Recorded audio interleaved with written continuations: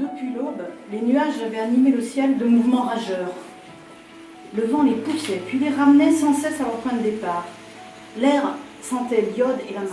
Au centre du regard des convives, le tableau des consommations, le propriétaire a-t-il voulu attirer leur attention sur la fonction principale de ce lieu? Puis l'orage a surgi du fond de l'horizon noir, zébrant le ciel de lueurs fulgurantes. Si c'est le cas, il a eu raison, car ici tout invite à l'évasion.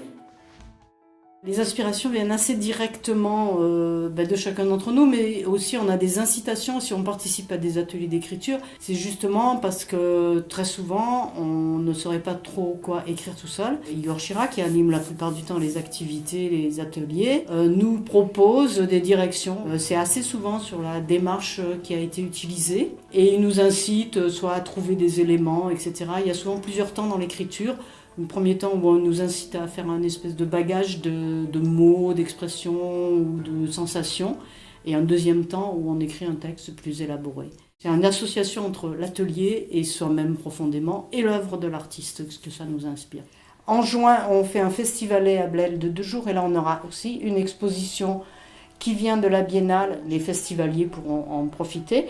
Et pour la Biennale proprement dit, du 7 au 14 juillet, il y aura des ateliers d'écriture tous les matins, au sujet d'un peintre différent chaque matinée.